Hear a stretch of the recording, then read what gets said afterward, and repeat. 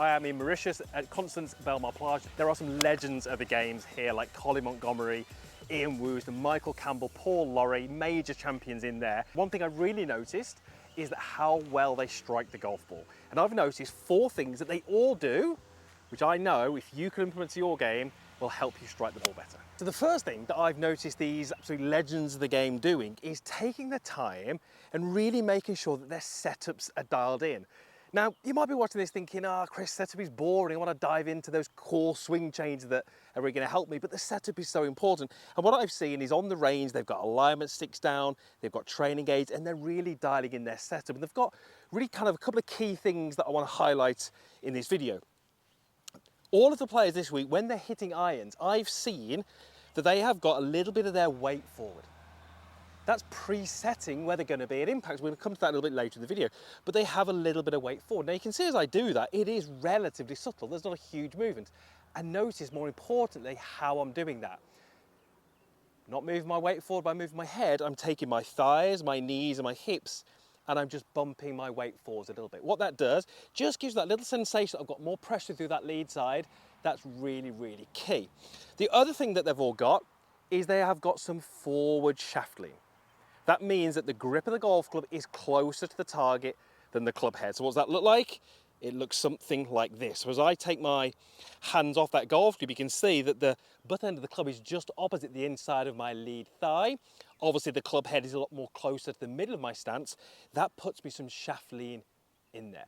So I've not seen anybody this week with the weight back. I've not seen anybody with the hands back, because these are all traits that we see from the higher handicappers. And trust me, these this week are not high handicap. These are absolute legends of the game.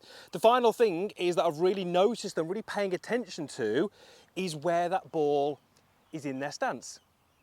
For a stock shot, so a golf shot where you're not trying to do anything special with the golf ball, I haven't seen anybody with the ball way back in the stance. And I haven't seen anybody hitting a mid-iron with the ball way up in the stance. It's always just forward of centre. So what I've witnessed is ball just forward of centre for every single golfer. Some shaft lean for every single golfer. And whilst I can't measure, my guesstimate based on what I can see is that every single one of them has got a little bit more weight on the lead side. If you can do those, you're going to be setting up perfectly. Which brings us on to the next thing, which is they all change the loft that is on the golf club. What do I mean by that? Well, I've got 7-iron. Let's just, for argument's sake, let's say this is 30 degrees of loft. Now it isn't, but that is a measurement that the manufacturers, TaylorMade, have built onto this club. So let's say that is 30 degrees. That would be when the club shaft is perfectly vertical, the angle that the golf club is tipped away from the target. But what all of the players are doing this week is that when they are making contact with the ball, they have a different, what we call dynamic loft. Dynamic loft is how much loft has the club got at impact.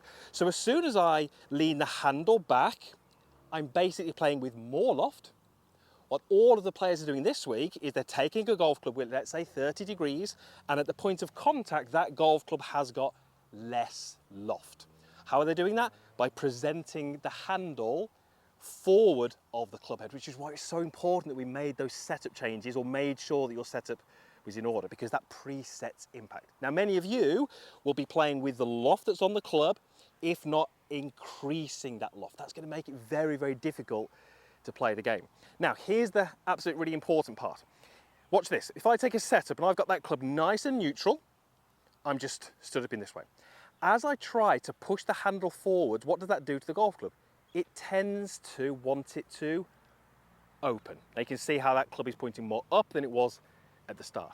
So if I want to have the handle forwards, and I do, simply having the handle forwards doesn't change the loft, it just changes where the loft points. What I have to do is I have to have the handle forwards and I have to have twisted the golf club. Now you can see that those grooves are nice and vertical. Now if I tip down, I've got my handle forwards and I've got the club pointing in the right place. It's no good just simply having the handle forwards, because for the majority of you, it won't change the loft, it'll just change where the club face points. And that's no good. So we have to make some swing tweaks to make sure we're twisting the golf club. And the best way for you to do that is to check your delivery position. So delivery is basically when the golf club is level with the ground. If I twist the club to the right, you can see how the club face point's open. From here, it would be almost impossible for me to have the handle forwards and hit the ball straight. What we need to make sure is that when we are at delivery, and I'm going to be using my wrist, so you'll see my wrist move, I am twisting the golf club down. Can you see now how the club points down towards the ground? This is me twisting the golf club. And if you think back to the little demonstration we did a moment ago, I pushed the hands forwards, but I then had to twist the golf club.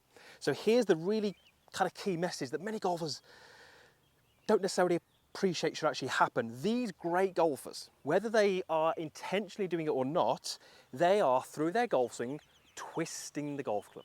Now you'll notice to do that, the club shaft doesn't necessarily move in space, it's rotating. This is what great golfers are doing. They are twisting the club face closed, which allows them to get the handle forwards. So many golfers that I've helped are twisting the golf club open, which gives them high shots, weak shots, slice shots. You might be familiar with those. So what I'd love you to do is make a backswing and just feel what a twist of that club is at the top, and then twist it so the face point's down. So it's twisting so the face point's down, twisting so the face point's down. By doing this, you're learning one of, let's call it the most important but invisible moves that great golfers have. All of the players this week are doing that. They aren't necessarily all intentionally doing that, but trust me, it's happening. So once we are twisting that club face down, we're strengthening it, now we can have the handle forwards and we get the ball flights and the strikes that we want. Remember, this is all about ball striking. Even though we're talking about where the club face is pointing, that is so key to ball striking. I've not seen one person this week hitting at the golf ball. They just don't do it. They all hit past or they all hit through the golf ball. I've got a great little drill in a moment which can really help you feel that in your game. But so many golfers, and you might be the same, you might be watching this thinking, does sound like me, get obsessed over the golf ball. And what we find is that everything lines up with the golf ball. They get the club shaft nice and straight, get the hands in line with the ball, and that creates this very shallow, very scoopy action. We already just spoke there about de-lofting the club. That's what these great players do. This is part of how they do that. They all hit past the golf ball. So here's what you're going to do as a little exercise. Take any club, I've got 7-iron here, just go right down so you've got your thumb and finger on the hosel of the golf club, and then when you take your setup, you're going to feel like touching your left-hand side. Now, if you hit at the golf ball, you're going to find that this club hits you right as the golf club lines up with the golf ball. And you can see that there. So as I hit at the ball, we get sort of this motion here, so I can feel it and I can see it. What I'd love you to try and do is get that club shaft to hit you here. Very, very different. You can see where I am relative to the golf ball. Now look at what I had to do in order to achieve that. I had to rotate my body, I had to shift a little bit, and I had to release the angles much, much later. This is one of the best little exercises you can do at home or in the office, even if you've got no space, but it's great for timing because it really stops kind of this, where the body's static, my focus is on the golf ball, I'm hitting at it. I want you to be hitting through it, and it really feels very, very different. If you can do that and then take that into, you know, a little shot and try and sort of get the same feeling of that club landing into your side after impact, you're going to start to be hitting through the golf ball, and that's absolutely key. Because there wasn't a lot of speed there was no divot, but you can tell that the strike was really good. So hit past the golf ball, never at the golf ball. And the final thing that I've seen all of these legends of the game do this week is at the point of contact, they have all, and this is the absolute non-negotiable, they have all got the majority of their weight on the lead side. We look at about 80%. Obviously I can't measure these, but I can tell visibly that there is a lateral shift and not one of them is making contact with the golf ball with the weight in the middle or the weight back. It's always on that lead side. And as they do that, then they go post-impact. We've just spoken about that a moment ago. Their elbows are close. Weight forward, elbows close are non-negotiables. Because if we think about where the weight is, if the weight is back, where am I likely to hit the ground? Well, I'm likely to hit the ground really early. There's no great player that does that. Weight forward helps you hit the ground later. And the majority of you watching this, if you need help with your ball striking, probably need to land the club later. And then if you think about the elbows, at setup, what are my elbows like? my arms are pretty extended, my elbows are pretty close. If I start to flex my elbows, what does that do to the radius or the circle of my swing? It brings it closer to my body. So that changes my ability to be consistent with where I hit the ground. So weight back, elbow separating is a very inconsistent way to play. The legends this week, incredibly consistent. Not just today, but over years and years of playing the game. Why? Because they've got their weight forward and their elbows are close. So how are you going to feel that? Well, we're going to drill kind of similar to the one we just did, where we were trying to sort of, delay the release. But this time we're actually going to set up, using your knees and your hips, you're going to put the majority of your weight on your lead side, like a lot of it. So we're starting with it there. Remember, this is just a drill. And then as you make a little swing, I want you to be feeling like you're squeezing the elbows. So squeezing the elbows, what does that do? It extends my arms.